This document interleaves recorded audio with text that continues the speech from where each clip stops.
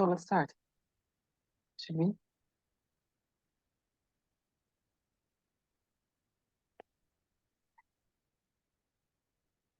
Chers collègues, bonjour. Je vous souhaite la bienvenue aux premières des 3 webinaires de consultation avec les pays de l'initiative de suivi intégré pour le DD6 sur le travail relatif au genre et alors intitulé Promouvoir la contextualisation des indicateurs globaux de l'ODD6 selon le genre. Ces webinaires est en français et en anglais. La traduction est disponible. Vous pouvez sélectionner la langue de votre choix dans la barre de Zoom ci-dessus. Je m'appelle Lucie Jojolata, je suis chargée du développement des capacités à la FAO au sein de l'équipe de l'initiative de suivi intégré pour le DD6 et je vous accompagnerai dans ce webinaire avec mon collègue Raif Ben Hamouda, consultant en gestion de l'eau et membre de cette même équipe à la FAO. Comme vous le savez peut-être déjà, l'initiative du suivi intégré a développé des approches méthodologiques et des indicateurs pertinents pour le genre qui permettent de contextualiser et de suivre les aspects de genre liés aux indicateurs globaux de l'ODD6. Ceci se présente sous forme d'un cadre de test qui a également été testé par des pays spécifiques afin d'évaluer la pertinence et l'utilisation de ces cadres. C'est un plaisir pour nous de vous avoir ici aujourd'hui pour vous présenter les outils et les résultats provisoires du cadre de test, ainsi que l'expérience de la mise en œuvre de l'exercice pilote au Sénégal. Nous aurons également l'occasion de discuter des possibilités de contextualisation selon le genre dans vos pays après avoir entendu nos collègues sénégalais. Pour commencer, M.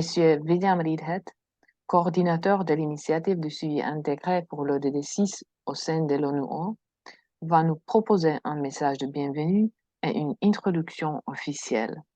Je te laisse la parole, Will. Thank you very much, Lucy, and good morning to everyone joining us here today. It's great to see all of you.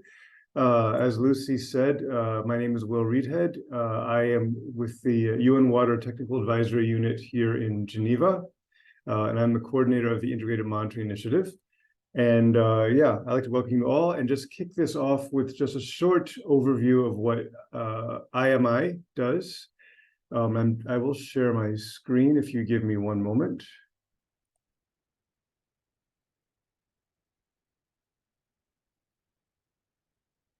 Here we go. Are you seeing that? Yes. Yes. Okay. Great. Full screen. All right.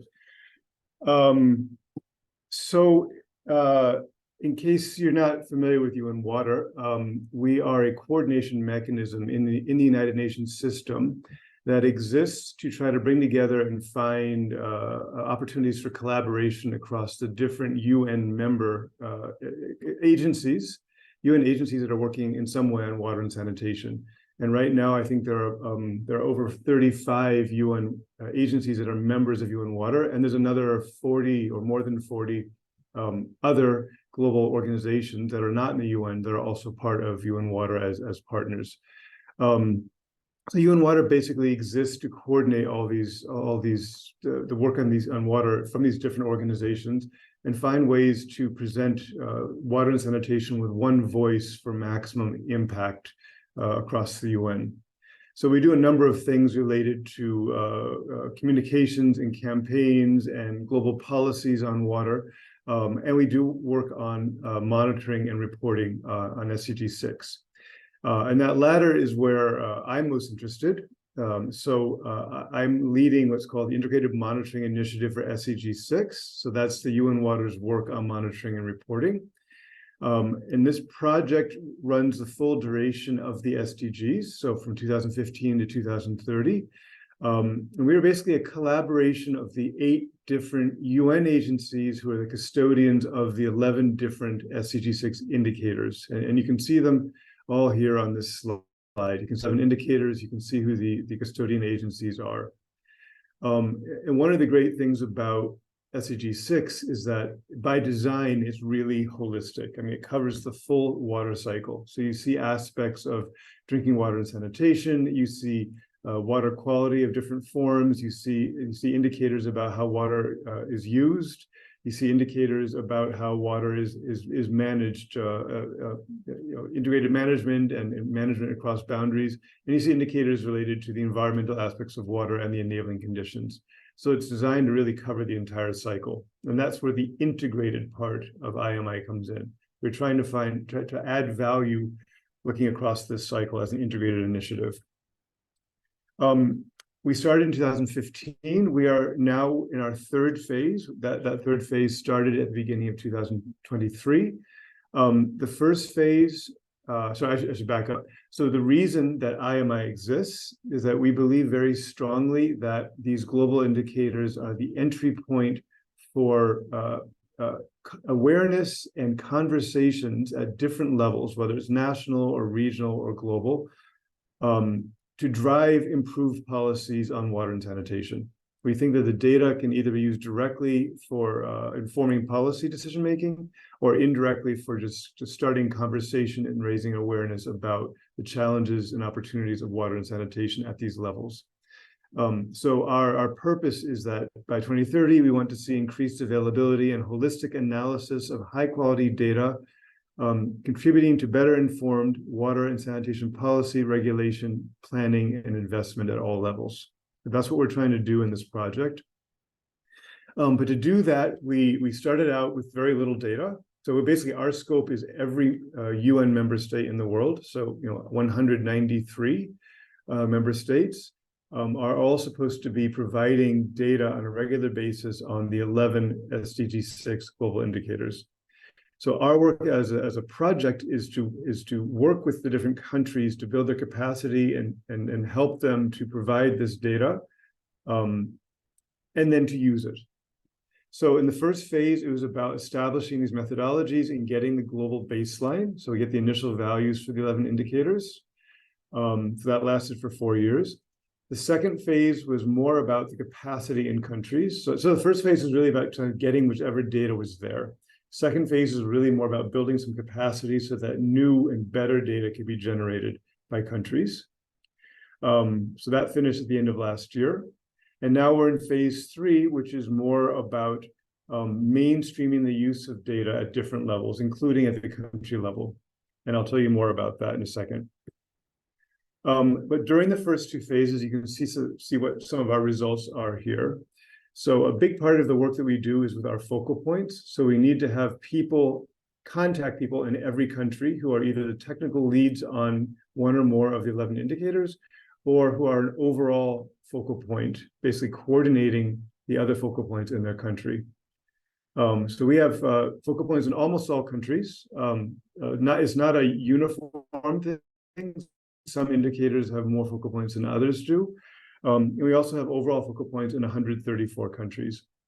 We've carried out different types of capacity building in nearly all member states. Since the pandemic hit in 2020, we had to do a lot more of our capacity building online, which proved actually to be a lot more cost effective. Thinking ahead already of how data might be used at the country level, we promoted different institutional processes for integrated monitoring in a certain number of countries. And we carried out several data collection exercises. So one was in 2018, another was in 2020, and there's a third one that's ongoing right now. And we are now up to 8, on average, member states are reporting 8.5 of the 12 possible indicators. And 102 member states have actually are reporting on at least 9 indicators. So we're seeing an improvement on the reporting. And likewise, we have reached a critical mass of values, and we actually can see some trends with multiple data points for 10 of the indicators. collecting the data to actually helping countries use that data. So if you look at the second outcome here, you see a lot more about use of data. And then now I mean, that's just the background that I am. But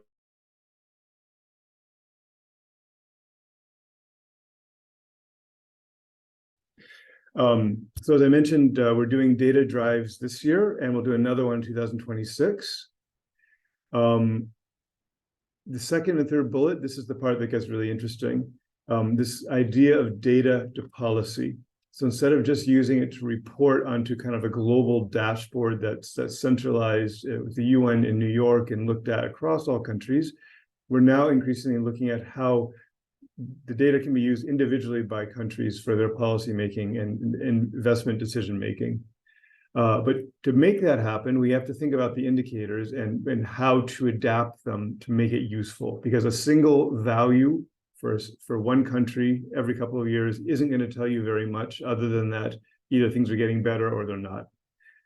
That's good for awareness raising, but it's not really good for policy making. So we have to think about what we can do to these indicators to make them more useful. And that brings us to disaggregation or contextualization. Disaggregation means we actually have additional strata for the indicators that will tell us more by demographic group or by geographic group. Contextualization is more subtle. We're not actually doing anything to the global indicators, but we're finding ways to interpret them through a different lens that tells us about something else that we care about. In this case, that's gender. Okay, but it could be other things too. It could be contextualized for water governance or contextualized for climate change. But gender is the one we're talking about now, and it's the first one we're actually doing seriously in the initiative. And just other things related to phase 3. We hope to, if we do have this more higher resolution view of our data, we hope this will support more sophisticated analysis, including interlinkages across the parts of the goal. We also hope that we can use this as an opportunity to strengthen integration within countries and collaboration across ministries, because that's a really big challenge that countries face is this fragmented fragmented water sector, the responsibilities of different ministries. And we're also providing intensive support to small groups of focus countries where we try to spend more of our time on countries that we think need additional help.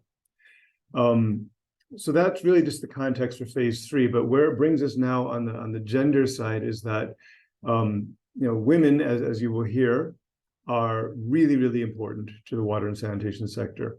They are both disproportionately affected by the issues that are out there, and they also have a lot of influence. They could play a positive role in a lot of ways to improving water and sanitation. But the global indicators as they exist now don't tell us anything about women. They don't lend themselves immediately to the gender components of ambient water quality or the gender components of water related ecosystems. And where's the women in that? Well, what we're trying to do in IMI now with this gender contextualization is to come up with a set of tools that let us look at these global indicators, not necessarily disaggregating them, but viewing them through complementary indicators that will help us have insight and make informed policies that accurately reflect the gender aspects of those indicators. And that's where we are now, and I think that's where I will stop talking and give the floor back to our chair, who will take us into the real meat of today. So once again, welcome everyone, and I hope you have a great webinar. Thanks. Merci bien, Will. Je vais maintenant vous présenter la logique et la composition de cadre de test. Je vais également mentionner une partie de son riche contenu et les processus liés à son développement. Donc, laissez-moi de partager la présentation.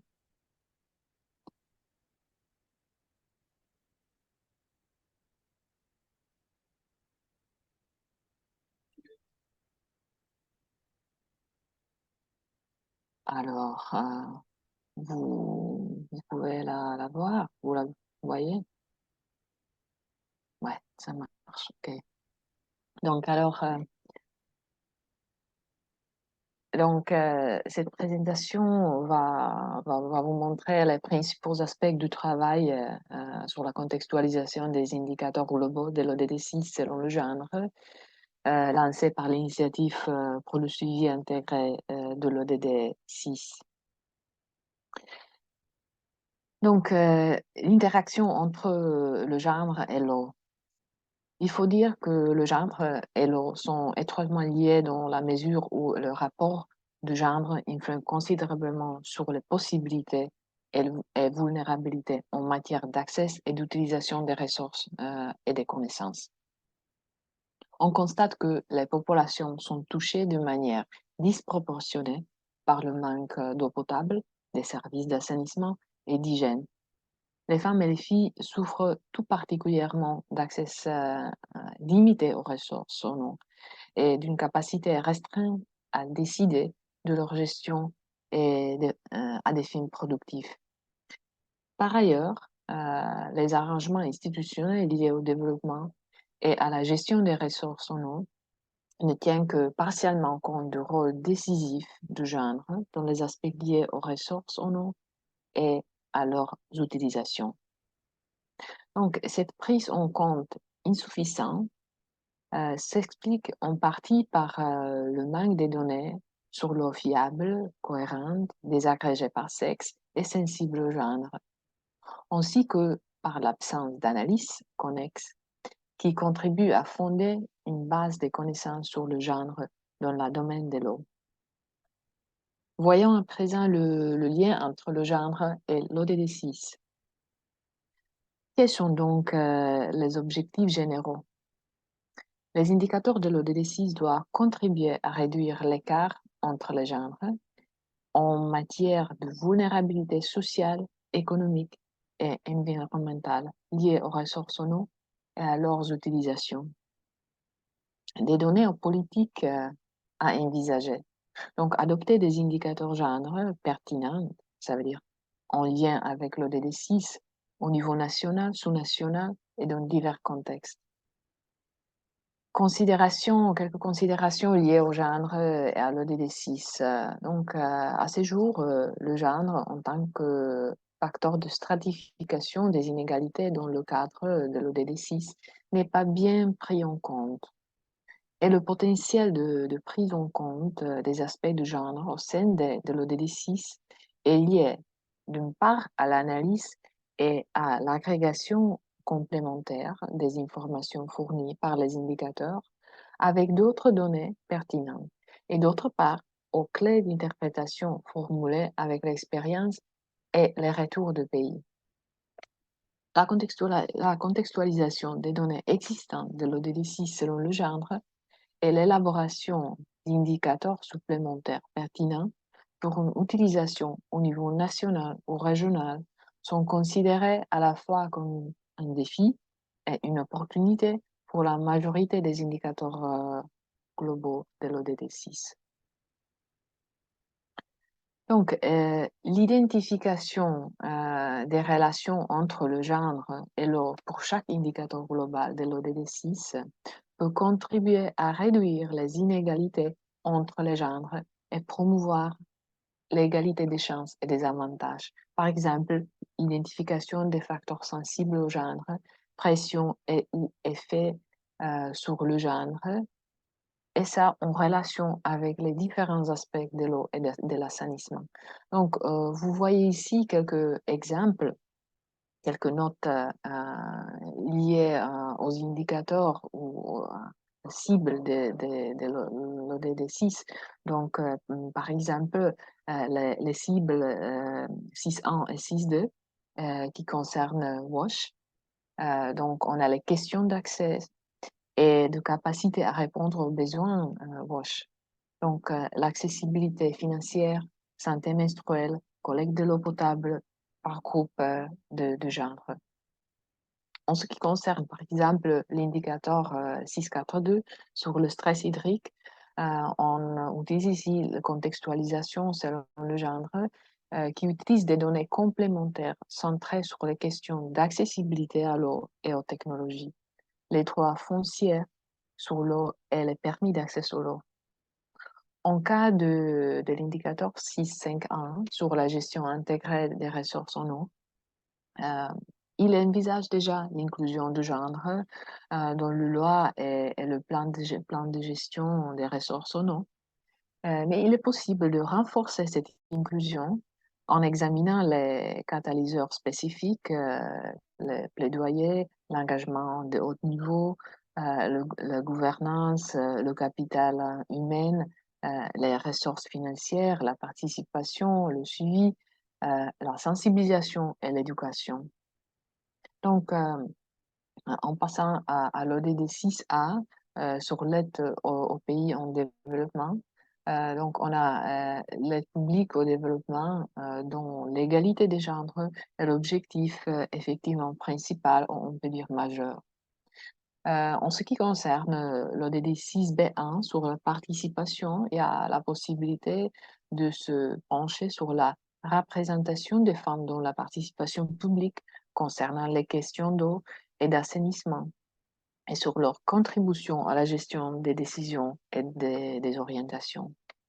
Maintenant, le groupe des indicateurs 6.3.1, 6.3.2 et 6.6.1, ici on a la possibilité d'une contextualisation selon le genre utile lors de l'analyse des effets du point de vue de genre, sur la santé, la sécurité, la prospérité économique, le bien-être social. Et donc, on peut se poser des questions comme les effets sont-ils distribués, qui a les meilleures capacités d'adaptation et pourquoi, et qui supporte les coûts.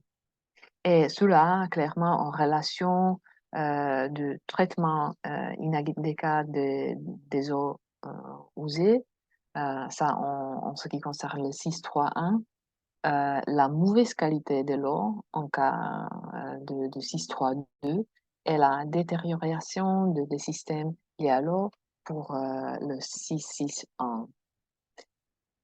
Mais il y a une dimension traversale qui est liée au genre, notamment la participation, la prise de décision et les impacts. Que ce sont des thèmes qui apparaissent dans de nombreux indicateurs de l'ODD 6. Donc maintenant, vous voyez ici le plan de travail et son évolution, le plan de travail en ce qui concerne la contextualisation de l'ODD 6 lancé par l'initiative pour le suivi intégré.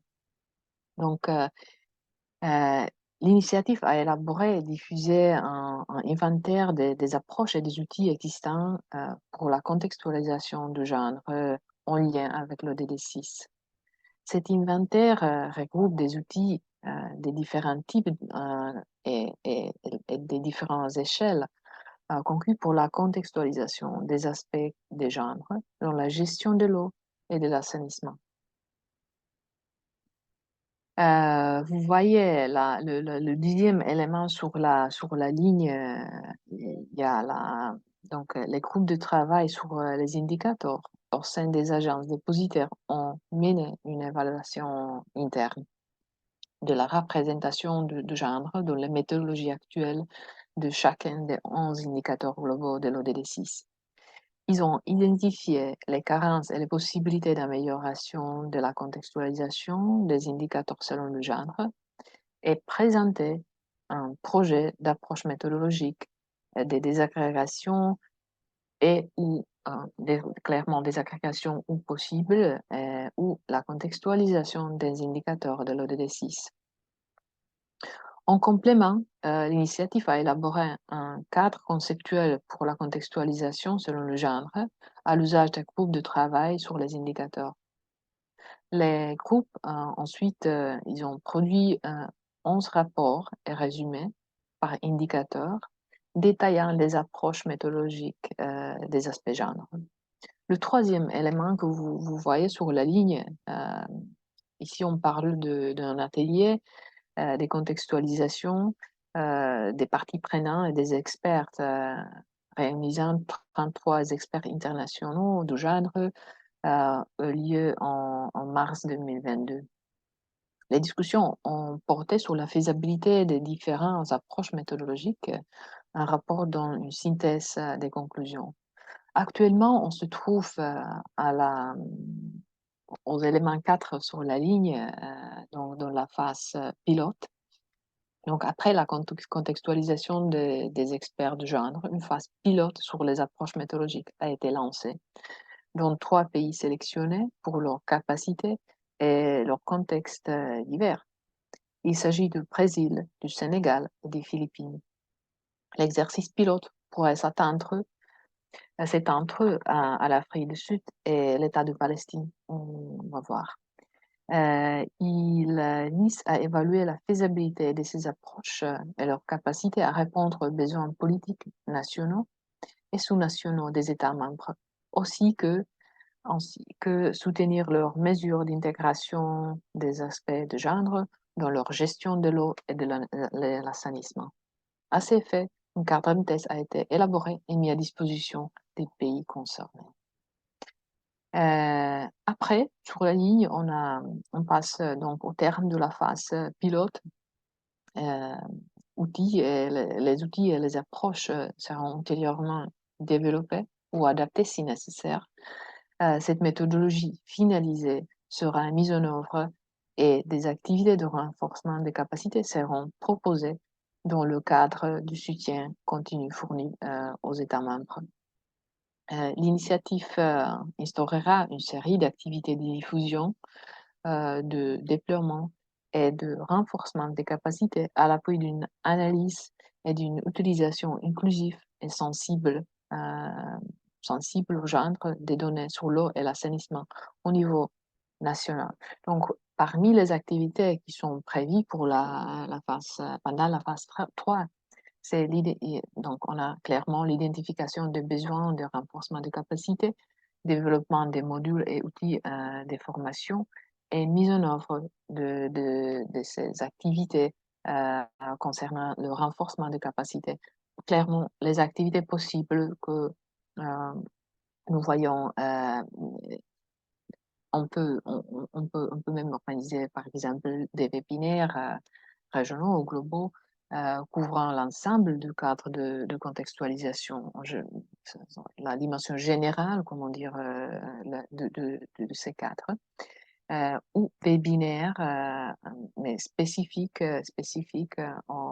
sur la contextualisation de certains des indicateurs de l'ODD6, ou bien être spécifique au pays en termes d'assistance technique en matière de cartographie des parties prenantes, de cartographie des données, l'analyse, etc. Et clairement, il y a aussi une possibilité d'organiser un atelier global avec les pays pilotes d'autres pays. Donc, voyons ce que le futur nous réserve. Alors, plus spécifiquement, quand on parle de l'exercice pilote avec les pays et le cadre de test, donc, on peut voir donc, les objectifs de l'exercice pilote. L'objectif général, clairement, il est celui de rendre visible le lien entre le genre et l'eau. Après, on a deux dimensions qui est la portée technique et la portée opérationnelle. La portée technique a comme but d'évaluer la faisabilité des méthodes suggérées par les agences dépositaires pour répondre aux besoins politiques nationaux ou sous-nationaux. Soutenir les initiatives des États membres visant à intégrer les aspects de genre dans leur gestion de l'eau et de l'assainissement. Aussi, co-développer avec les groupes de travail sur les indicateurs une approche de contextualisation de l'ODD6 sur le genre qui renforce le processus d'élaboration et d'évaluation des politiques nationales ou locales. La portée opérationnelle a comme but d'étudier et identifier les mécanismes et les processus qui peuvent contribuer à la mise en œuvre de la perspective de genre dans le suivi des indicateurs de l'ODD6 au niveau national. À partir de l'exercice pilote, déterminer le processus à suivre avec les parties prenantes, les acteurs à mobiliser, le type de ressources humaines à employer, le type de mobilisation de parties prenantes, l'interaction et les modalités associées. Donc, ça, c'est le côté opérationnel.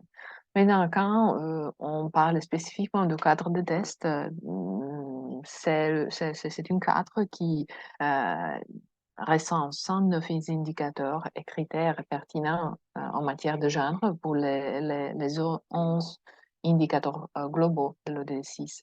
Il répond à 5 objectifs politiques principaux.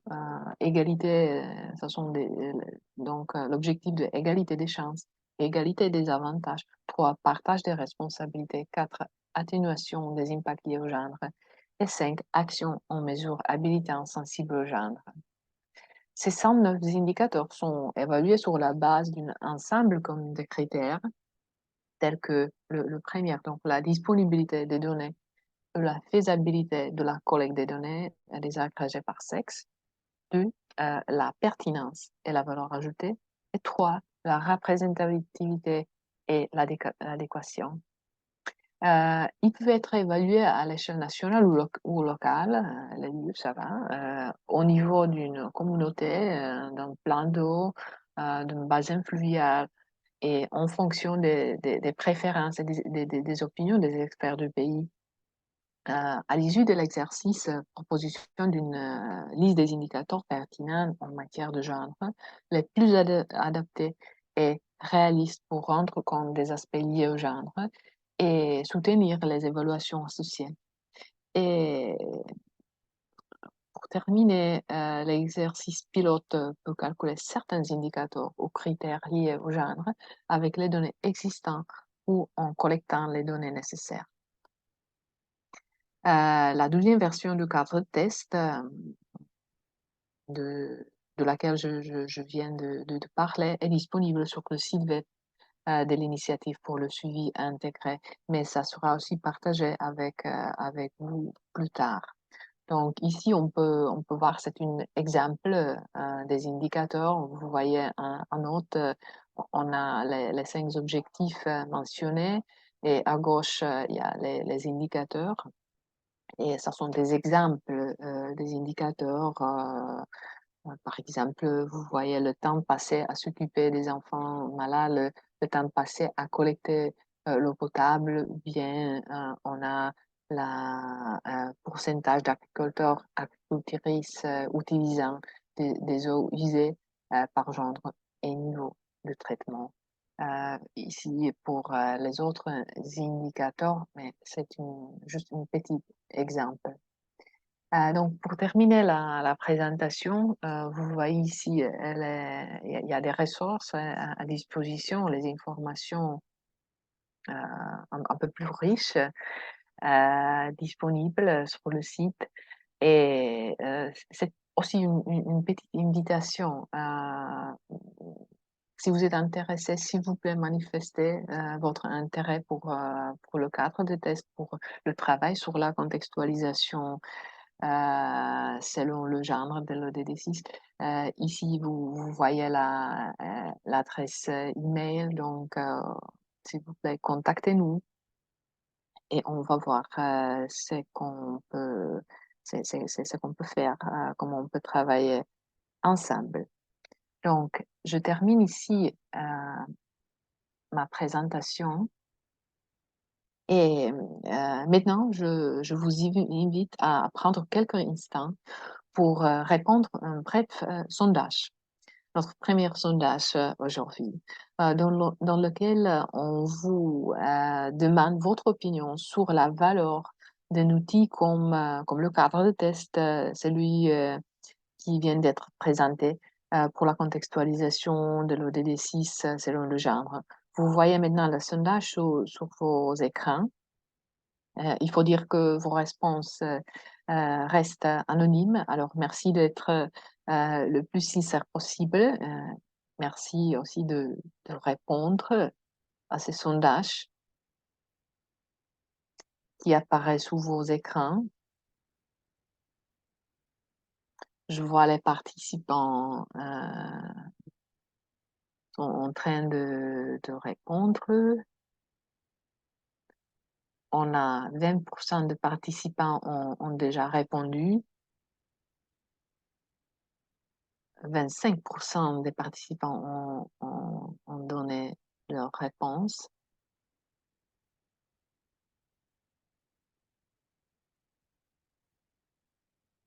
Très bien. On est presque à 35% des participants qui ont répondu. S'il vous plaît, vraiment, c'est votre l'opinion est très importante pour nous aussi pour comprendre vos réflexions, comment vous voyez.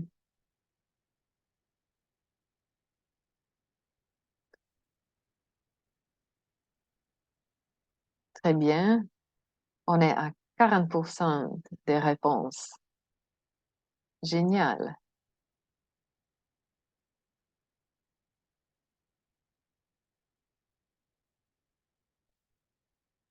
Donc, la question est pour la contextualisation des indicateurs globaux de l'ODSI selon le genre, un cadre de test tel que celui présenté est, et maintenant vous pouvez choisir entre pertinent, utile, essentiel, fiable, évolutif, financièrement rationnel, ou bien il est difficile de dire si le cadre apportera réellement une valeur ajoutée.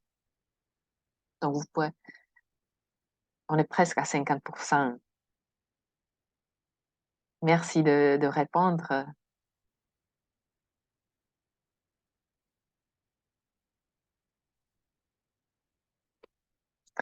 Très bien. Alors, comme notre agenda est un peu serré, et, on va voir plus tard encore d'autres petits sondages. Je demande à Sarah qui nous aide beaucoup avec, voyez, qui est derrière les coulisses, de présenter les résultats de ces sondages.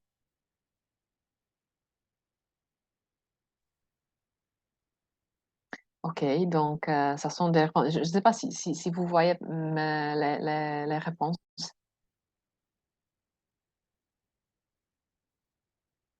Disons oui. OK, donc alors 35 de vous ont répondu que le cadre de test est pertinent, 35 qu'il il est utile et 13 qu'il est essentiel. Donc, et on a quelques réponses. Les 13%, ils disent des participants voient le cadre de test comme difficile à dire, si, comment ça peut effectivement impacter. Et on a des réponses 10 et 10% comme évolutif et financièrement rationnel. Donc, merci. Ça, c'était notre...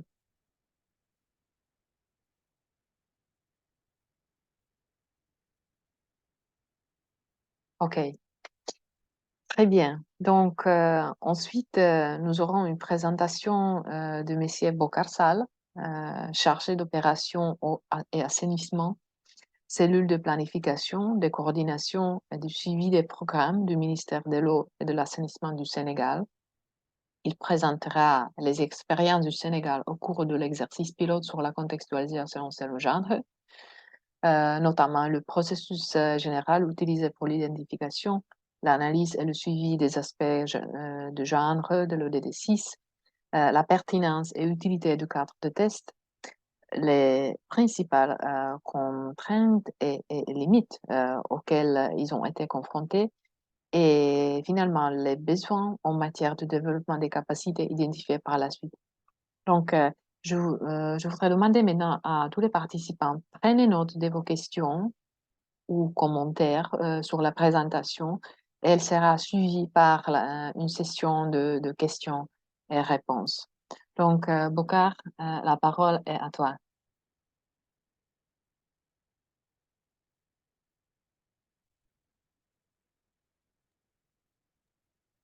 Bonjour tout le monde, vous m'entendez très bien? Très bien, bonjour. Allô, Lucie? Bonjour, Maimouna. Oui, je voulais faire une petite introduction qui était prévue par le groupe en duo, Très bien. juste pour revenir sur le processus méthodologique qu'on a utilisé Oui. pour cet exercice pilote, si vous me le permettez. Bien sûr. Donc, merci de m'avoir donné la parole. Je vais commencer d'abord par des mots de remerciement à l'endroit des participants qui n'ont ménagé aucun effort pour répondre à notre invitation. Mesdames, Messieurs, chers participants, cette rencontre en ligne s'inscrit dans la poursuite des travaux entamés à l'atelier tenu à la Somone au Sénégal pour contextualiser l'ODD 6 selon le genre. Cet exercice pilote de contextualisation a été initié par l'Organisation des Nations Unies pour l'eau par le biais de l'Organisation pour l'agriculture et l'alimentation, la FAO, sous l'égide du ministère de l'eau et de l'assainissement. Nous avons l'honneur de partager avec vous les quelques étapes l'équipe pays, sous l'appui de l'initiative et de la FAO, a pu réaliser. Concernant le processus méthodologique, un cadre de test a été proposé au vu du gap noté en matière de prise en compte du genre dans le suivi de l'ODD 6, sur la base de méthodes et approches d'évaluation. Pour rappel, le cadre est composé de 109 indicateurs en lien avec l'ODD 6 qu'on vient de le rappeler, Madame Lucie, et relevant d'objectifs politiques, genre tels que l'égalité des chances, l'égalité des bénéfices, responsabilité partagée, atténuation des impacts impatiaux relatifs au genre et actions et ou mesures habilitantes sensibles au genre. La révision du cadre d'évaluation a consisté à renseigner et à mesurer les 109 indicateurs proposés selon un ensemble de critères regroupés par catégorie et sous-catégorie que sont la disponibilité des données, la pertinence et valeur ajoutée, la représentabilité et l'adéquation et également les aspects de faisabilité.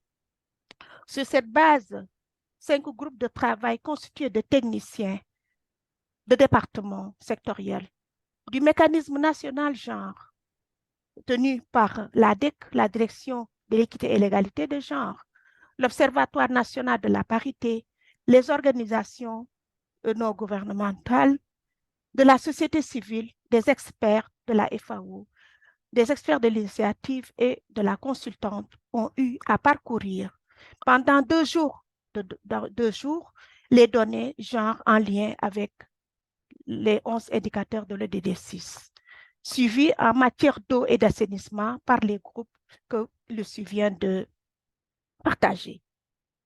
Et pour le but de l'exercice, les groupes ont aussi sélectionné pour les 109 indicateurs renseignés les plus appropriés. Ça, c'était pour les besoins de l'exercice, les plus appropriés et prioritaires pour le contexte et la politique du pays en matière d'eau et d'assainissement. Et enfin, ils ont eu à proposer une liste des entités responsables de la production et de la conservation des données. À la suite de ces travaux, mesdames, messieurs, pour l'étape 2, l'équipe pays s'est penchée pour faire une revue des propositions pour mieux affiner les données et dégager le cadre d'indicateurs jugés désagrégables, sensibles mais spécifiques et en lien avec le DD6. Il faut noter cependant, pour la fiabilité des résultats obtenus, qu'un recueil d'informations complémentaires pour les indicateurs enseignés est toujours en cours.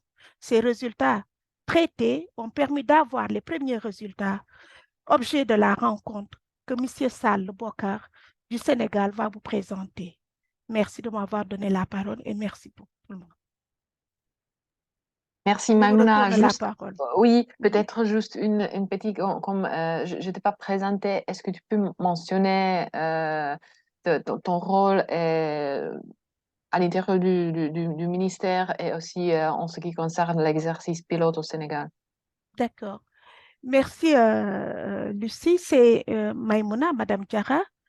Je suis coordonnatrice de la cellule genre au niveau du ministère de l'eau et de l'assainissement, mais je suis en même temps conseiller technique au niveau du ministère de l'eau chargé des questions d'assainissement. Merci. Très bien, merci.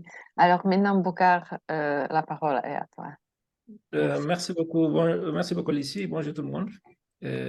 Merci beaucoup, Madame Diarra, pour cette introduction qui rappelle effectivement donc, tout le processus relatif effectivement à l'exercice pilote pour la contextualisation du genre de l'ODD6 au Sénégal. Lucie, est-ce que vous pouvez partager la présentation? Oui, un moment.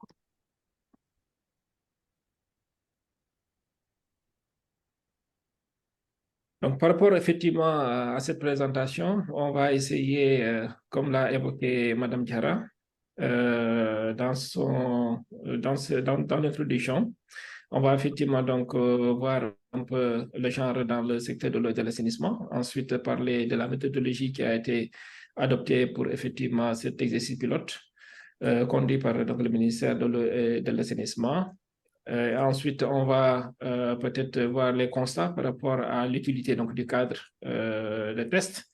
Ensuite, un point qui va porter sur l'analyse des critères d'évaluation des indicateurs ODD6 relatifs effectivement au genre. Et ensuite, sur l'utilisation effectivement des résultats pour l'amélioration des cadres. Et ensuite, on va voir les contraintes qui ont été décelées par rapport à cet exercice pilote. Et enfin, donc, voir les recommandations et peut-être les perspectives. Slide. Vous voyez la présentation maintenant, non? Oui, je vois, oui, c'est bon, vous pouvez aller. OK.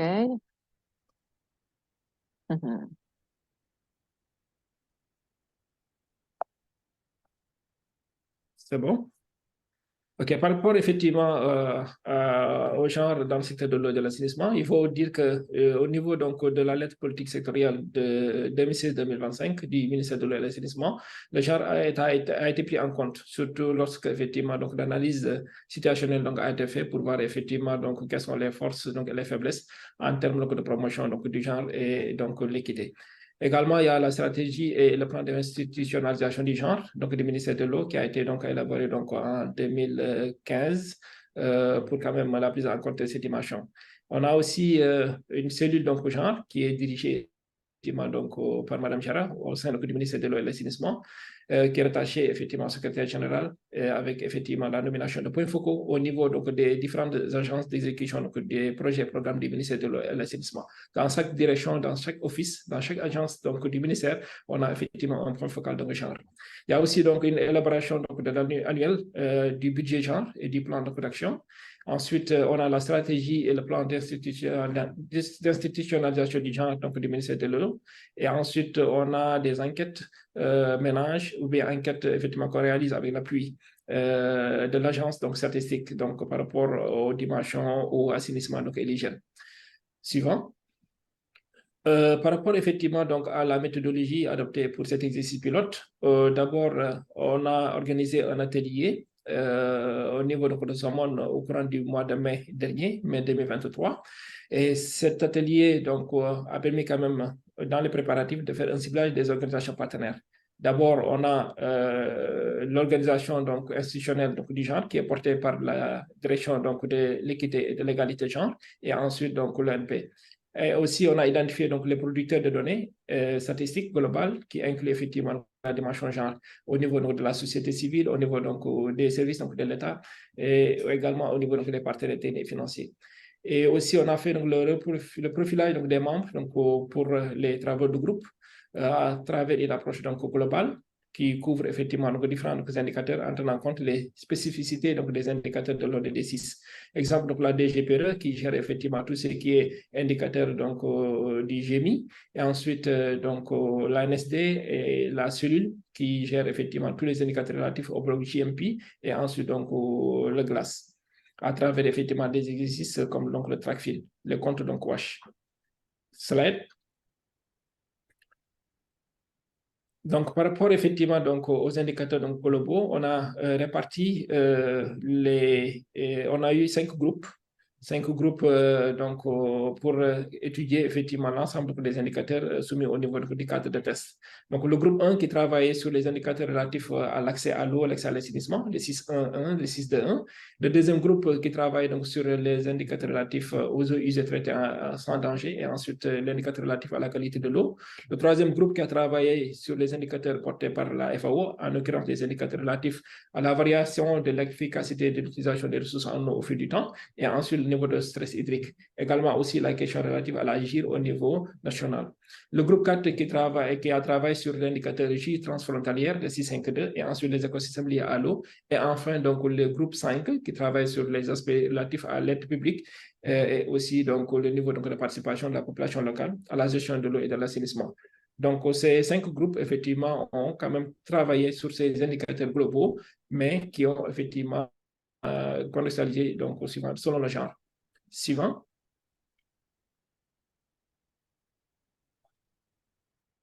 Et dans l'organisation des travaux de groupe, il y a des échanges approfondis qui ont été faits afin quand même d'assurer une meilleure compréhension commune des indicateurs du cadre de test. Ensuite, des discussions sur la pertinence et l'éducation des indicateurs par rapport au contexte national et sectoriel.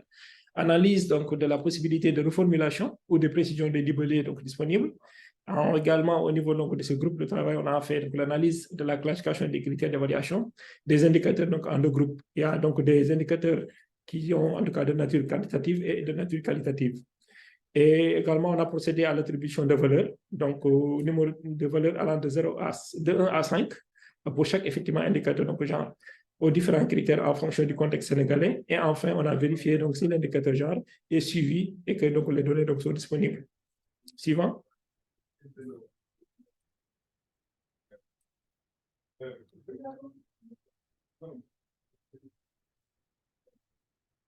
Donc, par rapport au constat, donc sur l'utilité du cadre, il a été relevé que le cadre de test, c'est un outil très pertinent pour combler les lacunes identifiées en matière d'identification sensible, en matière d'indicateurs sensibles aux gens dans l'ODD6.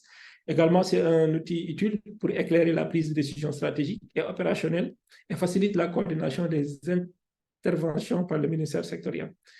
Également, c'est un cadre qui améliore la planification, la mise en œuvre et reddition des comptes en matière de politique publique inclusive.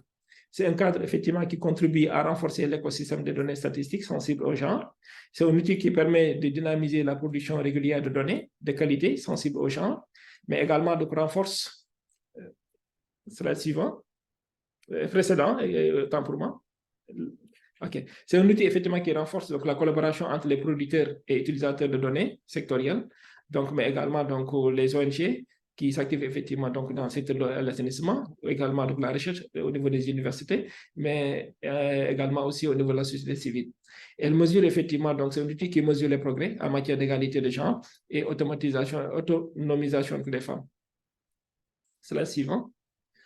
Donc, par rapport effectivement au cadre de test, comme j'ai dit tantôt, il y a effectivement des critères de nature qualitative, également des critères de nature qualitative.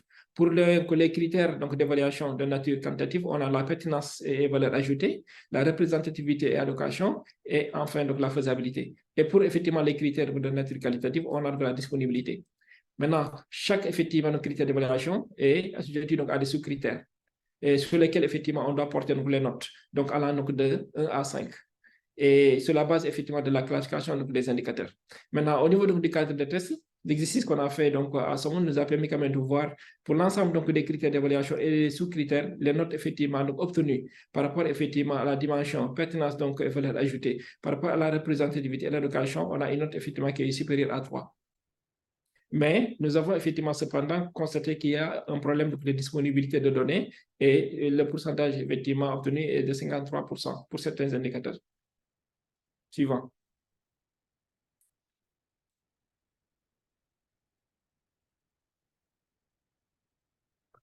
L'analyse de la disponibilité des données sur les indicateurs nous a permis de voir qu'il y a des indicateurs effectivement dont les données sont entièrement disponibles, mais également des indicateurs dont les données sont partiellement disponibles et les indicateurs au genre dont les données ne sont pas disponibles. Pour les indicateurs effectivement dont les données sont entièrement disponibles, on peut citer effectivement l'indicateur global 6A avec effectivement un pourcentage de 5%, suivi des indicateurs relatifs à la qualité de l'eau, 25%, et l'indicateur sur l'agir, donc national, 21%, qui est suivi effectivement donc, par la DGPRE, le 6.3D et le 6.5.1. Et pour les indicateurs, effectivement, dont les données sont partiellement disponibles, on a donc l'indicateur 6P, donc qui est suivi, donc à travers effectivement donc le système effectivement GLAS, qui est suivi au niveau donc du ministère de l'assainissement. Il y a le 6.4.1, le 6.4.2 et le 6.5.1 qui est aussi donc suivi à travers effectivement le processus de COGEMI, qui est piloté par la DGPRE avec un pourcentage de respectif donc de 74 à 79%.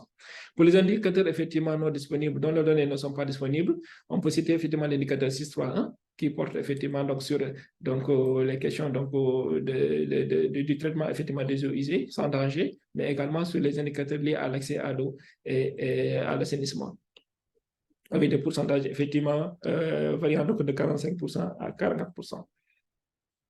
Suivant. Toujours l'analyse effectivement de la disponibilité de données.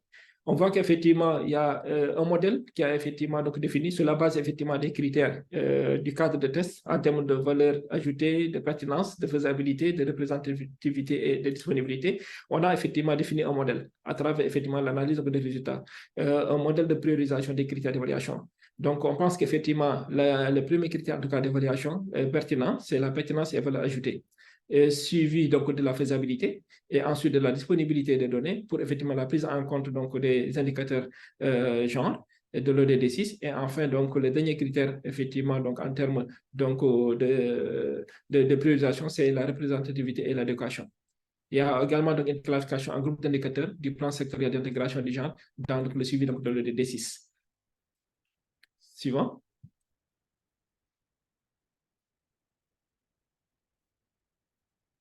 Donc, à travers donc, ce modèle, donc, on voit qu'effectivement l'approche pour l'intégration du genre donc, dans le suivi de l'ODD6, on a mis effectivement donc, en place donc, 4 blocs. Le premier bloc qui est relatif aux indicateurs immédiatement utilisables dans le cadre du suivi sectoriel du pays. Le bloc 2 qui englobe effectivement les indicateurs à intégrer, mais en améliorant la disponibilité et en ajustant la représentativité. Le bloc 3 qui porte sur les indicateurs à intégrer, mais en créant des moyens et méthodes de collecte de données. Et enfin, un dernier bloc qui est donc le bloc 4 qui va donc regrouper les indicateurs à intégrer, mais en créant des moyens et méthodes de collecte de données représentatives. Suivant.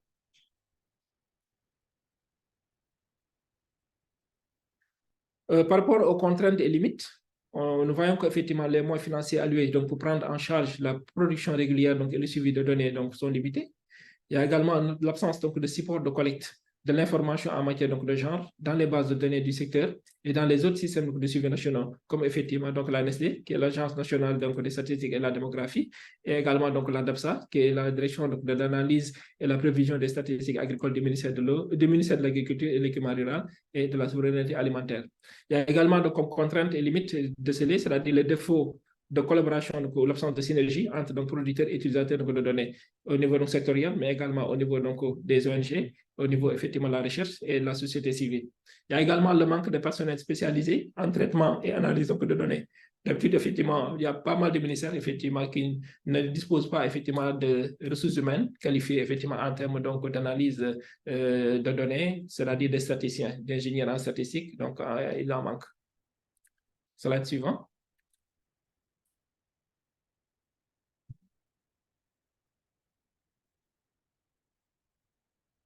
Donc, quelques recommandations importantes ont été donc, notées à travers, effectivement, après l'exercice effectivement tenu au niveau donc, de ce monde, c'est d'accorder plus de temps à la phase d'appropriation du cadre de test, car cette étape n'a pas été bien prise en charge et aurait permis de mieux contextualiser le travail. Cette activité devra être faite pour une éventuelle seconde phase. Donc, il y a également donc, comme recommandation, il y a un besoin d'harmonisation entre les groupes donc, de travail dans la manière de renseigner les tableaux. Préparer effectivement un petit guide remplissage avec donc, des instructions claires, exemple. On a vu donc des couleurs à la place de modalités ou donc des jeux de couleurs. Mettre en place effectivement des supports de collecte sous forme de base de données avec un système de contrôle sur les formats et les valeurs des données et plus tard donc, un système d'information sous forme d'application logicielle qui permet effectivement d'automatiser la saisie et la production des résultats.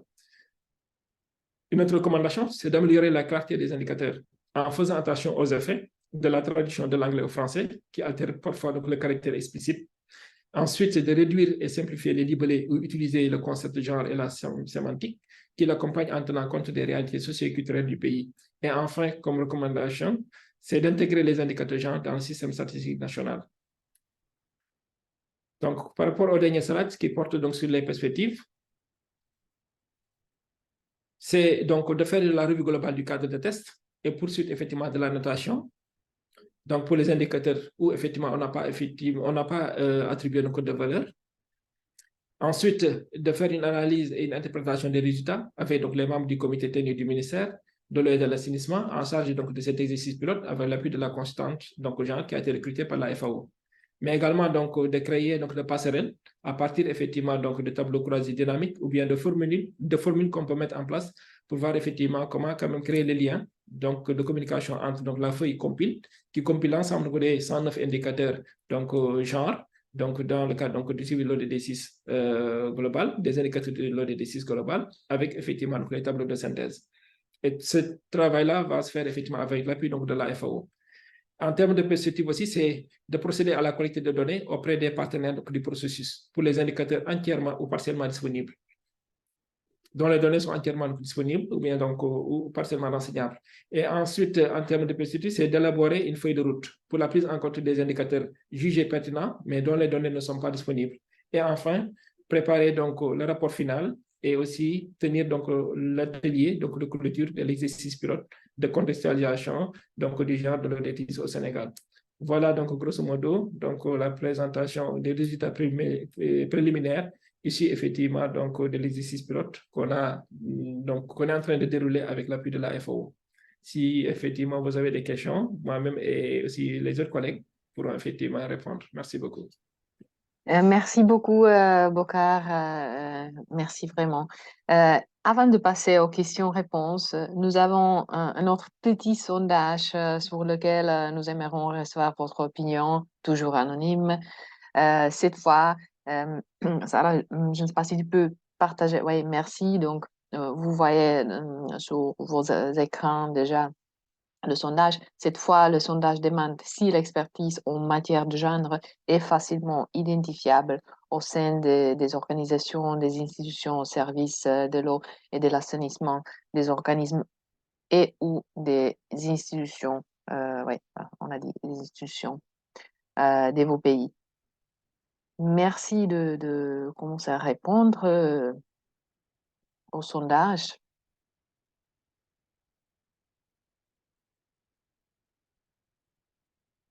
Donc, la question précisément demande, existe-t-il des compétences et des connaissances facilement identifiables en matière de genre au sein des autorités, organismes ou des institutions de l'eau, de l'assainissement de votre pays?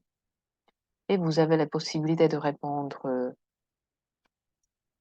experts en genre, unité, il y a des experts en genre, il y a des unités spécifiées dans les questions de genre, il y a l'institution spécialisée dans les questions de genre, il y a littérature disponible sur le genre, il y a des cadres, outils et méthodologies relatifs au genre, ou bien non, il est un peu difficile de effectivement avoir des compétences et des connaissances dans ces matières. Donc, on est arrivé à 45% des réponses. Je vous rappelle encore que ces retours est très important pour nous, aussi de comprendre un peu quelle est la situation et quels peuvent être les besoins en termes de renforcement des capacités.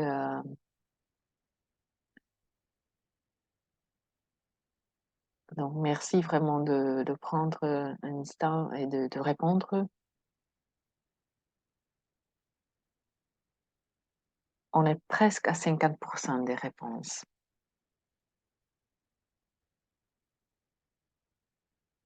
Il y a encore quelqu'un qui veut répondre. Oui, très bien, 50%. Est-ce qu'il y a encore quelqu'un qui nous donne son avis. 51%, très bien. OK. Alors, peut-être on peut... Oh, il y a encore des réponses qui arrivent. 55%. OK, mais en considérant l'agenda un peu serré, on va maintenant terminer le sondage.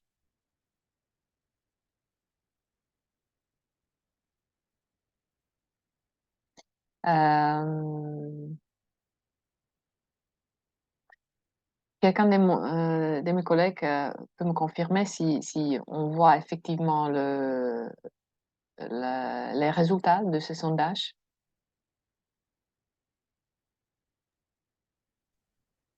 Ils doivent être visibles sur l'écran. Il est visible? Oui. OK, très bien, parce que ça me donne quelques erreurs. Donc, on voit que il y a des experts genres, effectivement. Dans certains cas, on a les institutions spécialisées. Il y a aussi des unités spécialisées, un peu de littérature aussi disponible, cadres et outils et méthodologies relatifs au genre. Et on a aussi 32% de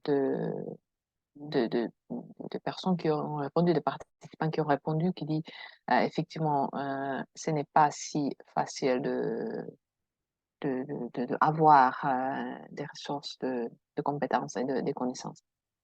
Donc, très bien, merci. Et maintenant, on va directement dans la session questions et réponses. Donc, si vous avez des questions en ce qui concerne la présentation du Sénégal, s'il vous plaît, levez la main et vous pouvez parler directement. On va vous appeler.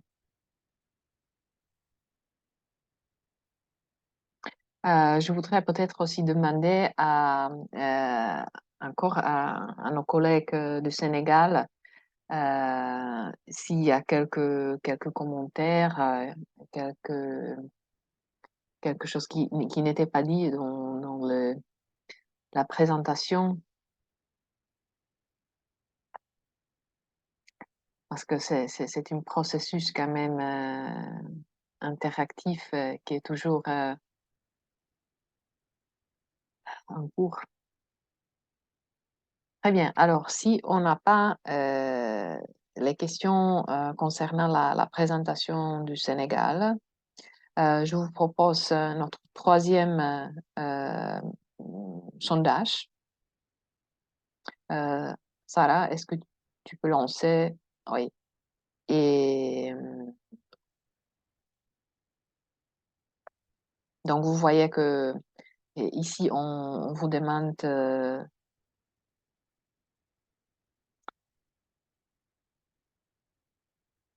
OK, j'ai mes collègues ici qui me disent que OK, on a Maïmouna qui voudrait partager. Maïmouna, s'il te plaît, tu peux prendre la parole. Merci Lucie. C'était juste pour revenir sur, je pense que c'est le slide 2, la présentation, pour un peu édifier sur le profilage des membres des groupes de travail.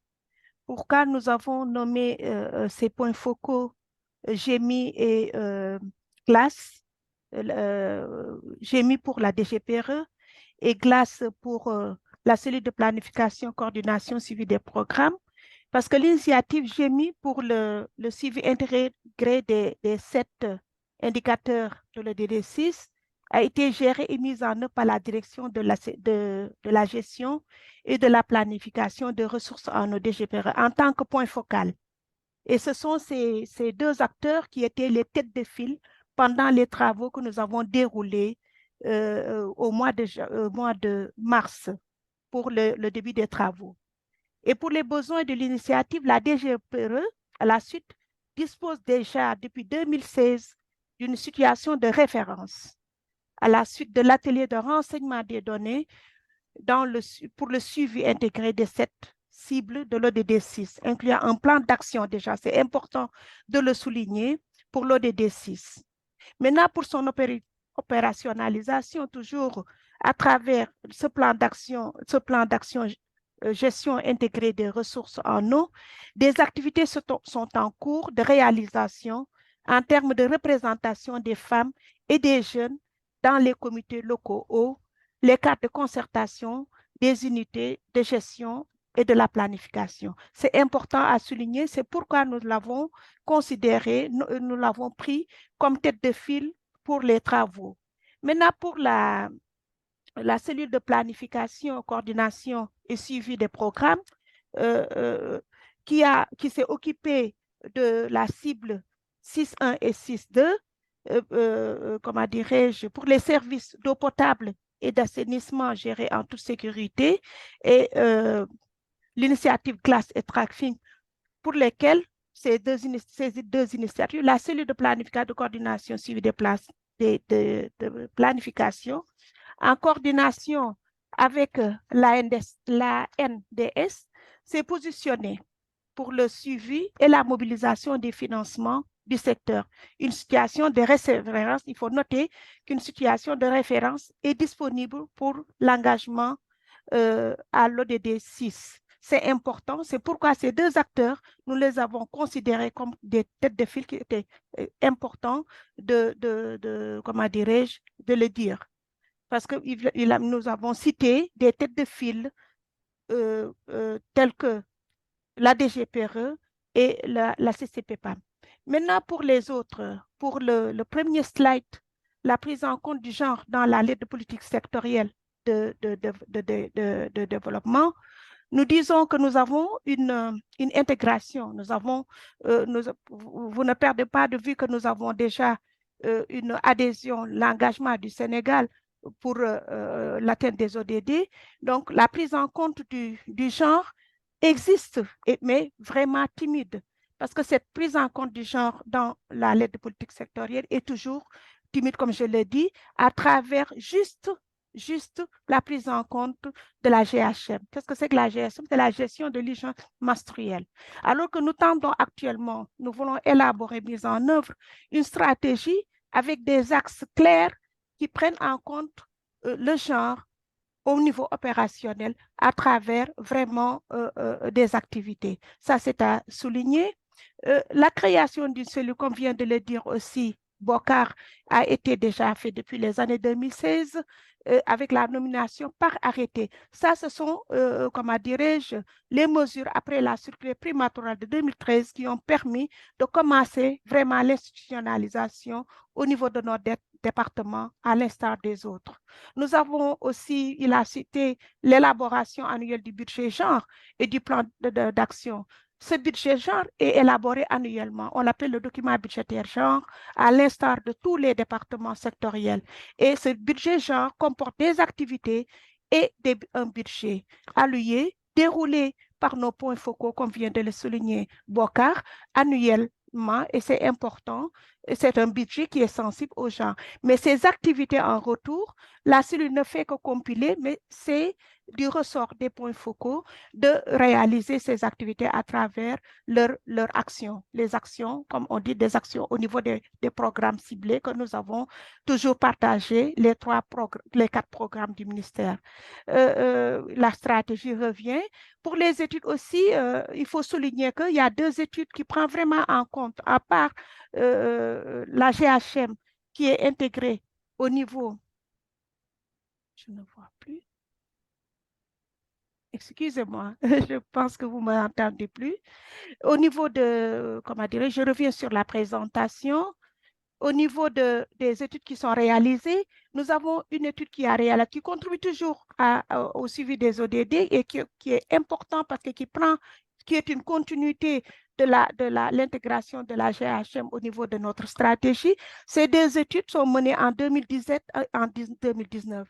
Et en 2019, nous avons dans le rapport 2 éléments importants, c'est la prise en charge de la représentativité des femmes au niveau de la prise de décision, mais au niveau local à travers les instances de décision. Mais ce qui est encore important, c'est l'intégration du temps de travail, le temps parcouru pour la collecte de l'eau au niveau de ces études. Et ça, c'est important aussi à partager. Voilà les quelques idées que je voulais pour les 2 slides, vraiment qui sont si importants pour le reste des travaux de contextualisation du genre. Merci, je vous retourne la parole.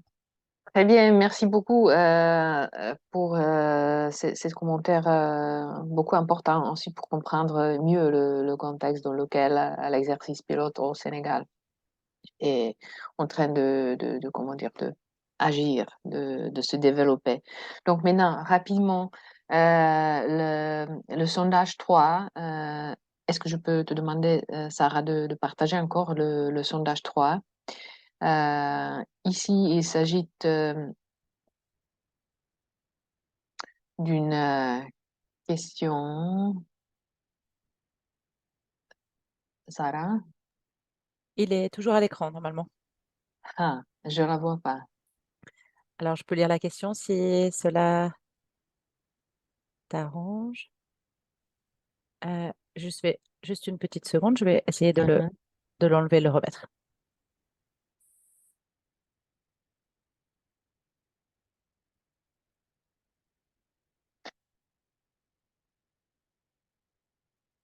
Alors, comme on dirait, on a quelques petits problèmes avec le lancement de troisième sondage.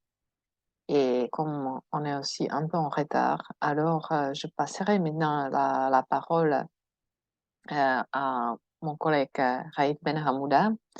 Raït vous guidera ensuite dans la discussion et en vous posant quelques questions clés, puis il vous représentera brièvement 2 enquêtes en ligne auxquelles nous aimerons que vous répondiez dans les prochaines semaines. Donc, la parole, Gaëta, est à toi et je vais partager la présentation, les questions dites pour la discussion. Oui, à toi. Merci beaucoup, Lucie. Je ne sais pas si vous m'entendez bien. Vous m'entendez? Oui, très bien. D'accord. Merci. Bonjour à tous et à toutes. Je suis Raif Ben Hamouda, consultant en gestion des ressources en eau à la FAO. Je travaille principalement sur les indicateurs de l'ODD 6.4 dans la FAO et dépositaire. Bien sûr, avant d'entamer la discussion, je voudrais revenir un peu sur ce que nous avons vu durant le webinaire. Bien sûr, c'était très intéressant. Nous avons eu des interventions très riches en informations et en perspectives perspicaces sur l'importance de la contextualisation des indicateurs de l'ODD 6 selon le genre. Nos collègues, à travers leur présentation, ils ont souligné l'importance d'intégrer la dimension du genre dans des différentes questions relatives à l'aménagement, à la gestion des ressources en eau et à l'assainissement. Donc, ils ont présenté le cadre de test. Donc, ils ont décrit l'importance de ce cadre, les différentes étapes qui le composent, qu'ils ont dû passer à travers pour réaliser le cadre, mettre en œuvre. Ils ont aussi souligné les différentes disons difficultés, aussi les contraintes et les limites qu'ils ont rencontrées pour tout au long de de cet exercice pilote. Donc c'est surtout pour nos collègues au Sénégal. Et tout ceci, donc à travers ces présentations, donc beaucoup de questions sont très importantes qu'on peut soulever. Je peux commencer par la première question. Donc peut-être Lucie peut partager l'écran. Voilà, donc comme j'avais dit, à travers ces présentations, nous pouvons se poser la question sur comment rendre la contextualisation selon le genre de l'EMI SDG 6 plus pertinente, plus utile pour l'intégration des questions de genre dans les politiques liées à l'eau et à l'assainissement. Voilà, donc je sais que durant le premier sondage, la majorité d'entre vous, vous avez dit que ce travail de contextualisation est très important, il est très utile et très pertinent. Donc nous aimerions bien savoir vos réflexions sur comment le rendre encore plus utile et encore plus pertinent, bien sûr, en se basant sur votre expérience et sur les circonstances de vos pays, par exemple, ou de vos organisations. Bien sûr, pour ceux qui veulent pas participer, c'est très simple, vous n'avez qu'à soulever la main et nous vous donnerons directement la parole.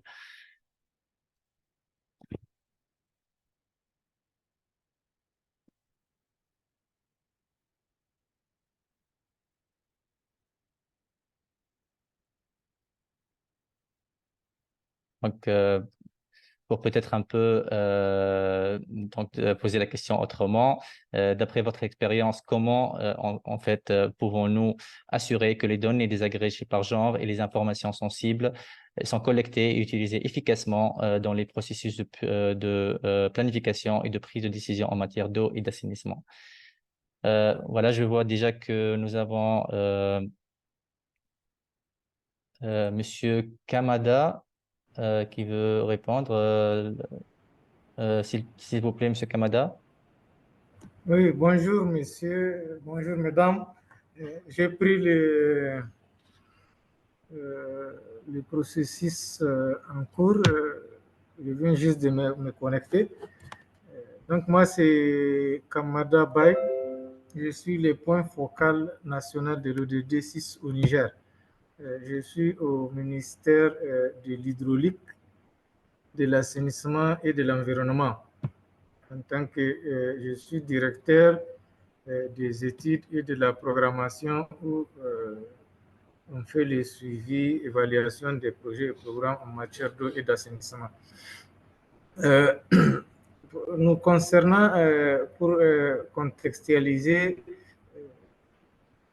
nous avons l'aspect assainissement d'abord, où il est prévu de maintenir aussi bien dans les ménages, dans les écoles que dans les formations sanitaires, lorsque les latrines sont réalisées, faire des latrines séparées. Bon, le terme différencié qui est utilisé, mais nous préférons utiliser le terme latrines séparées pour qu'il y ait un bloc pour les garçons dans les écoles et un bloc pour les filles. La contextualisation au niveau de l'assainissement ici va beaucoup plus concerner les jeunes filles, notamment par la réalisation de latrines spécialisées pour la gestion menstruelle, hein, la GHM. Pour l'eau, dans notre société, les personnes vulnérables, notamment les personnes âgées, les personnes avec un handicap, généralement sont aidées par les populations physiques ce qui fait que on peut envisager effectivement un dispositif d'exode qui va faciliter aux personnes handicapées, aux personnes âgées, avoir l'accès à l'eau. Mais dans nos sociétés, généralement, quand vous venez sur un point d'eau, la personne âgée ou la personne handicapée est servie tout naturellement par ces personnes-là. Mais voilà, donc pour l'assainissement, c'est beaucoup plus cette question de séparation et la question de la gestion menstruelle. Il faut tenir compte, en tout cas en termes de genre, hein, il faut voir comment, lorsqu'on pose des questions, C'est sur ce plan-là qu'il faut les poser. Mais les termes différenciés là nous posent au Niger un problème. Parce que différencier voudrait dire que non seulement il y a la séparation,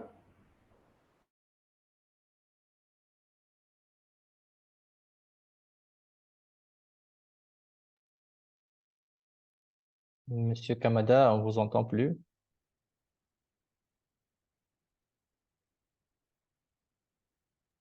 Peut-être on peut passer, on peut demander parce qu'on a aussi parmi nous des participants qui ont quand même quelques peut-être expériences de plus, un peu, non, avec la contextualisation qui peut quand même donner leurs avis. Oui, peut-être Monsieur Kamada, après, si on reprend le contact avec lui, il peut enchaîner le reste de sa intervention. Après, oui, s'il y a d'autres participants, vous pouvez bien sûr lever la main. Je vous donnerai directement la parole en ce qui concerne cette première question. Je rappelle que durant le premier sondage, donc la majorité, vous avez dit que c'est très pertinent, c'est très utile d'avoir ce genre de travail sur la contextualisation. Donc, nous aimerions bien avoir une réflexion plus approfondie par rapport à cette question.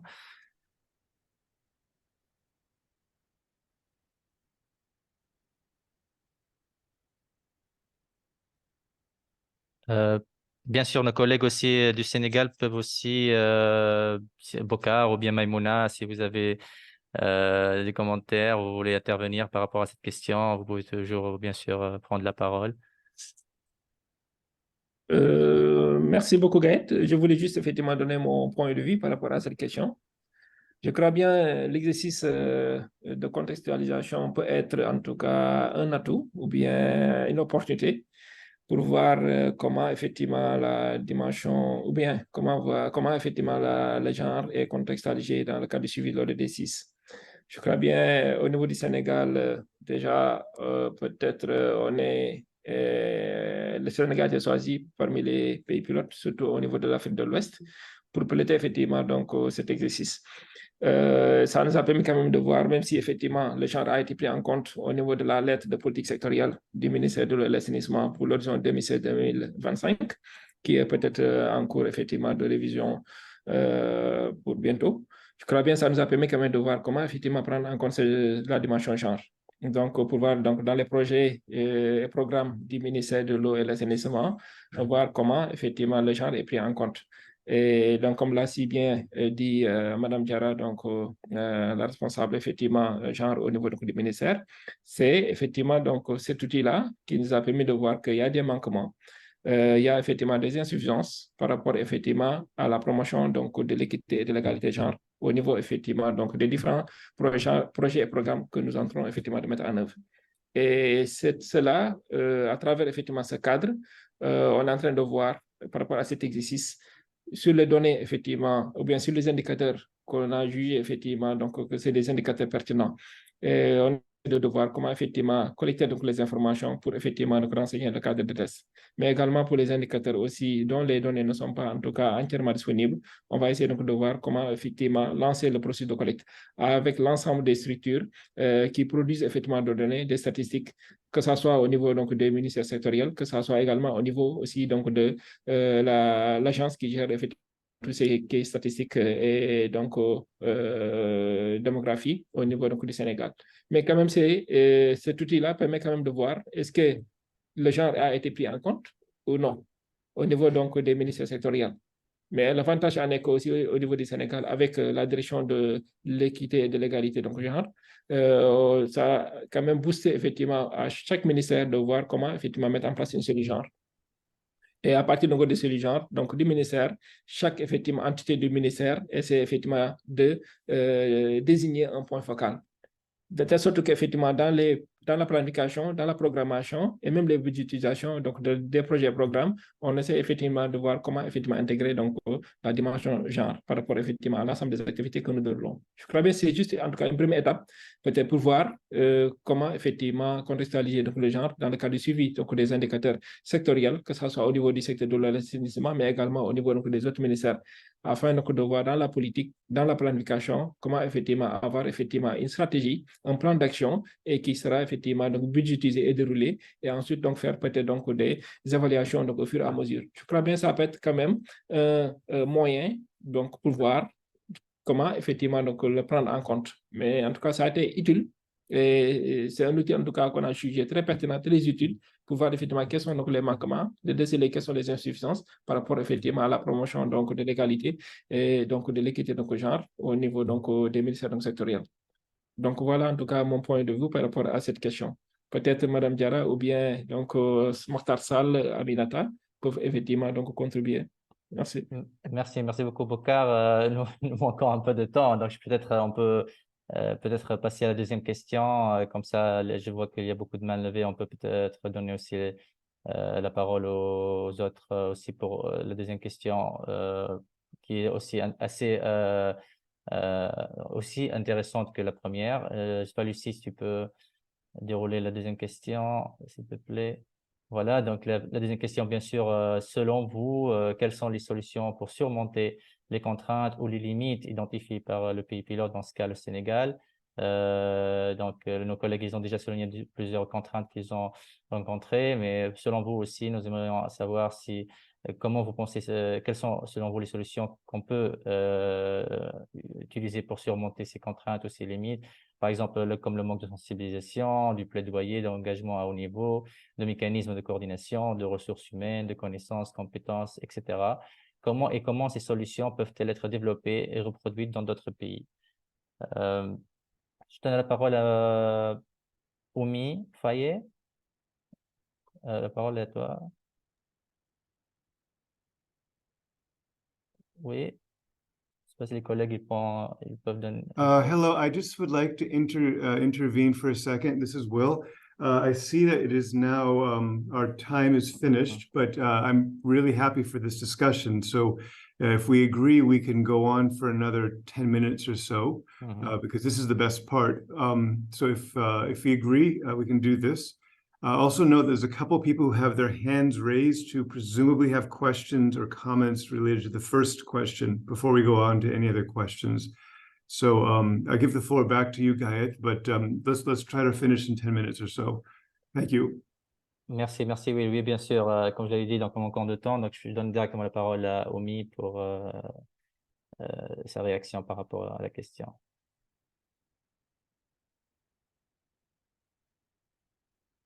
On n'arrive pas à t'entendre, Oumi.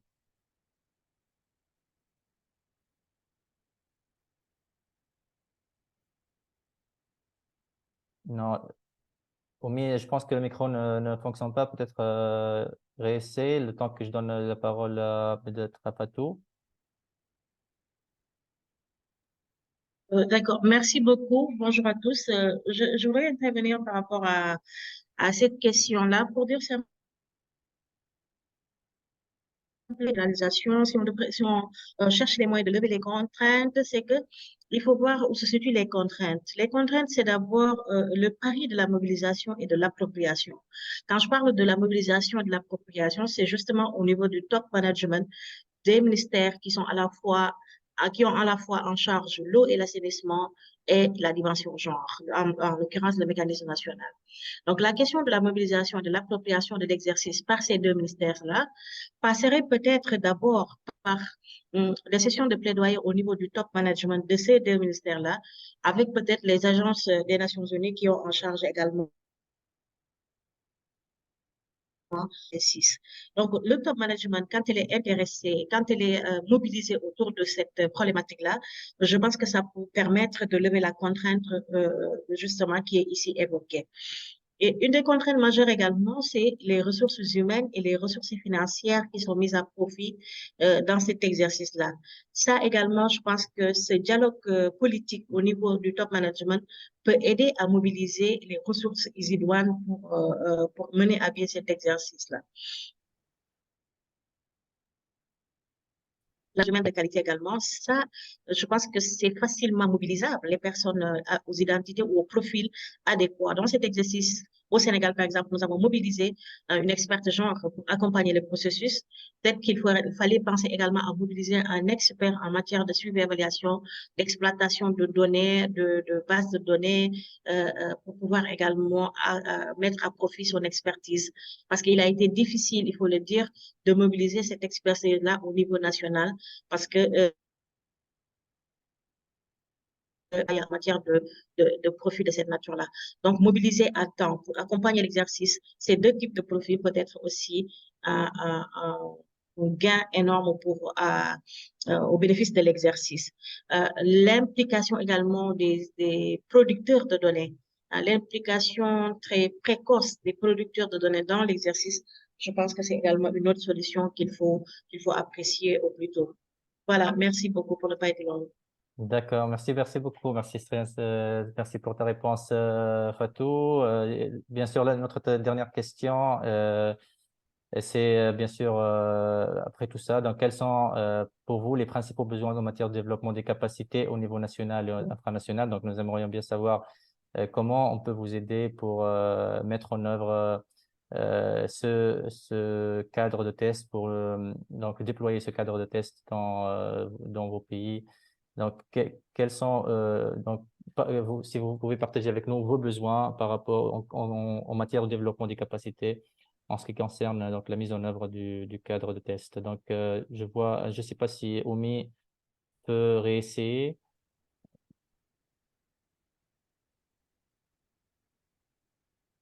Oumi, vous pouvez réessayer un peu pour voir si votre micro fonctionne.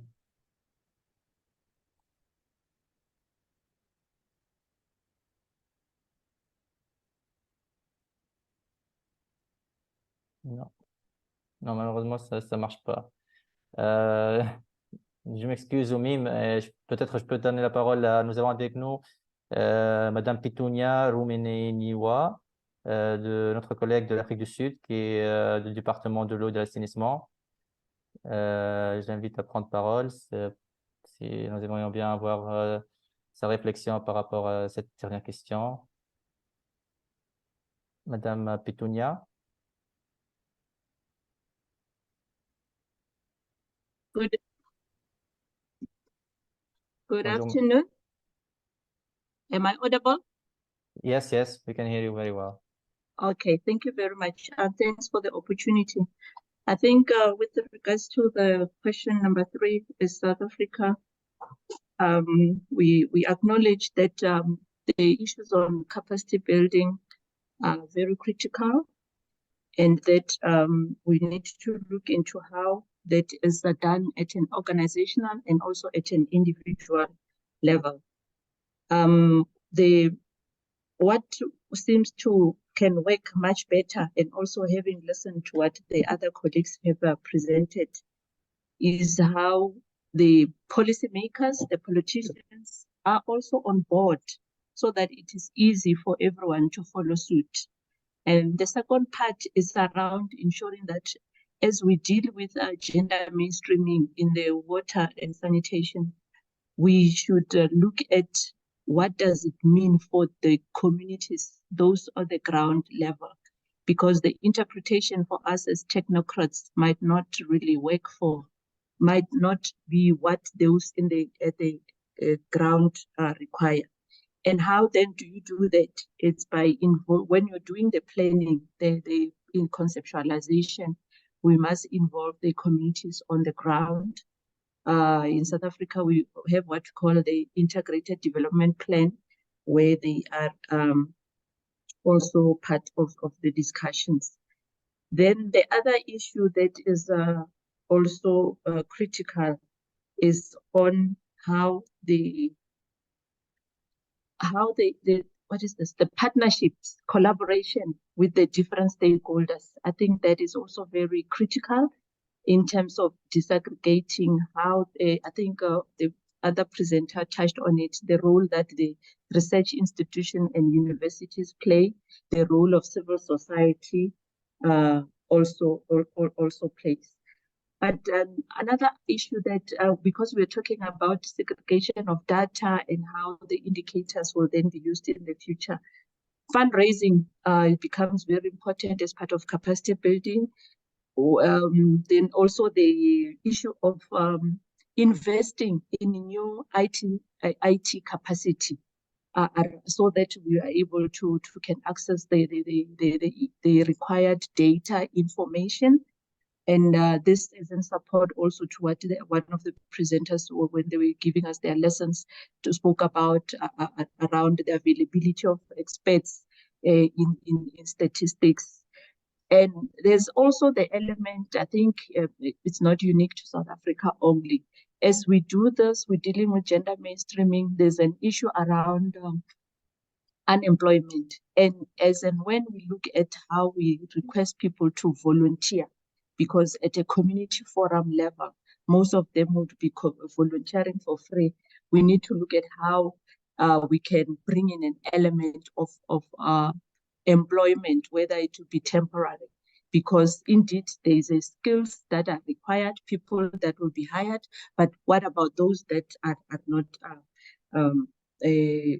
qualified? How will we then, this is something that we need to look into. As I said, strategic partnership and also encouraging, what do you call this, brokering, and I think working together becomes very critical. The last part is around communication. We need to do more around how we communicate that which we are doing through different streams, the use of social media, the use of community radios, pamphlets, and this can form part also of the capacity building that we would have initiated. Thank you very much. Merci infiniment, Petunia, pour votre intervention. Merci beaucoup. Je m'excuse pour tous ceux qui ont levé la main. La discussion, bien sûr, est très, très intéressante. Nous aurions bien aimé qu'elle continue avec vous, mais nous avons peu de temps pour cette. Donc, déjà, nous avons dépassé le temps pour cette session de discussion. Merci beaucoup pour tous. Et je passe avant de passer de passer la parole à mon collègue. Je dois souligner que suite à ce webinaire de consultation par pays, l'EMIR DG6 partagera 2 enquêtes en ligne avec les participants environ une semaine ou 2 après cette session. Les enquêtes sont intitulées comme suit: enquête d'évaluation concernant les outils du cadre de test et enquête de retour d'informations concernant les besoins en matière de développement des capacités. Pour la première enquête, donc c'est l'expression de notre intérêt à recevoir vos commentaires sur le cadre de test, c'est-à-dire sur les outils développés jusqu'à présent et plus particulièrement sur la pertinence et l'utilisation des indicateurs fournis dans le cadre. Nous vous demandons notamment de sélectionner les indicateurs les plus pertinents dans votre contexte. Avec cette enquête, nous cherchons également à comprendre le niveau d'intégration du genre dans les politiques dans votre contexte, ainsi que la prise en compte ou non des aspects de genre au sein du secteur de l'eau et de l'assainissement, notamment à travers l'ODD6.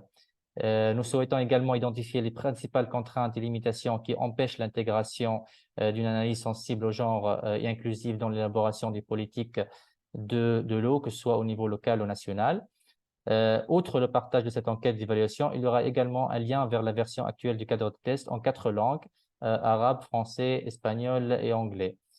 Pour la deuxième enquête, elle vise à mieux comprendre l'intégration de l'analyse du genre dans l'établissement des politiques en matière d'eau et d'assainissement dans votre pays. Elle comprend également des questions spécifiques liées aux besoins spécifiques de développement et des capacités pour améliorer l'identification des aspects liés au genre dans le secteur de l'eau et de l'assainissement, leur analyse, leur suivi, leur intégration dans les politiques et leur contextualisation dans le cadre de l'ODD6. Comme je l'avais dit, cette enquête, vous allez la recevoir une semaine ou deux après cette session. Et nous vous prions de bien vouloir répondre à chaque enquête dans un délai de 4 semaines à compter de sa réception. Nous comprenons également que les réponses aux enquêtes peuvent refléter des opinions ou des connaissances personnelles ou institutionnelles. Ce n'est pas grave, car il s'agit d'informations extrêmement précieuses pour la progression des efforts de l'IMI SDG 6 vers la rédaction et la finalisation d'une stratégie de développement des capacités. Voilà, merci beaucoup et je retourne la parole à Lucie. Merci bien, Raith. Merci également à tous les participants pour votre active participation jusqu'à présent. Nous sommes arrivés au terme de la séance d'aujourd'hui et je passe donc à nouveau la parole à Will pour quelques brèves remarques finales. Will, à toi.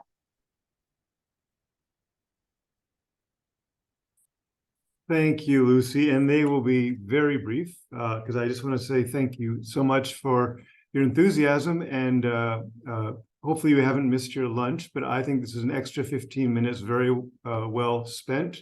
So I'm very pleased with the level of discussion we had, and I also just want to thank my colleagues from FAO for facilitating this webinar, and the colleagues from Senegal for your for being a pilot for us since the beginning and for your really informative presentations and inputs.